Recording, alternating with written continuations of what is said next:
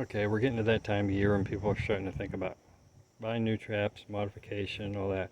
I want to show you something that's very important, but not a lot of people talk about, and that's the way the trap locks up.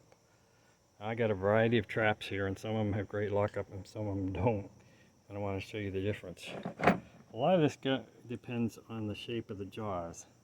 Now this is a no BS 1.5, and I've already got the screwdriver down in there. And when I twist it, nothing happens. It locks, and it's designed to lock up tight on a coon's foot. These are specifically designed for coon, especially in the water. But anyway, this trap has really good lockup, no problem whatsoever. Now we move over here. This is a Sleepy Creek, which everybody raves about Sleepy Creeks, and in general they were a fairly good trap. But take a look at this. I'm doing this with one hand, so now look. That just opens right up. Now you might think, well, a animal's foot isn't a screwdriver, I understand that. But I've had terrible luck with these traps. Buying this one was a momentary lapse of reason because I've had this problem with them before. Every stinking coon that gets in that trap will pull out pretty much, and you'll lose other animals too. Now if you get a coyote, his foot's big enough. I'll show that again. That's about as far as it goes right there. You know, if he was toe caught, he might slip out, but you're probably going to hold the coyote. But even a gray fox, good chance of him slipping out. Even a red if he's caught low. Here's another trap I had this problem with, and this is, I believe it's one of the earlier models of Bridgers. And this one is pretty bad. Now with I'll show this one over here. This is very similar. This is a Northwoods. Now, with the Northwoods, there is a bit of give, but it's with a solid jaw, closed jaw, it's not enough that you're going to lose anything out of it.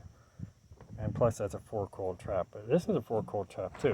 Now, that opens right up, and that's enough. You're going to lose coon if they're. I've already experienced this.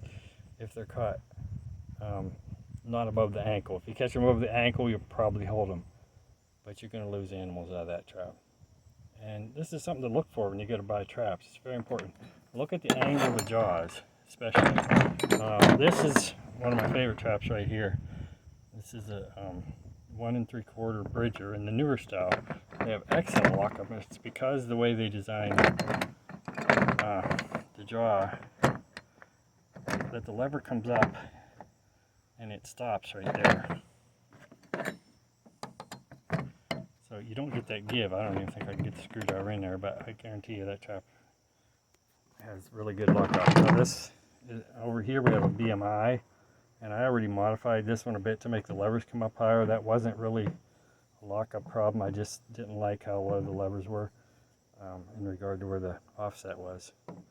But this has really good lockup on it. So when you're shopping for traps, especially used traps, it's something to keep in mind. If you can take and pull the jaws open at all with your fingers, especially to the point where you can put your little finger in there after pulling them open, don't buy them. Unless you're going to trap nothing but coyotes and they aren't worried about smaller stuff getting loose. You know, it's not worth it. You know, get a trap that works for everything.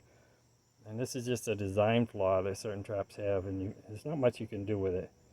I've tried to fix it, and generally you can't without, you know, changing to a whole different trap parts. So it's something to keep in mind. And yes, I'm starting to think about trapping season, even though it's only early August.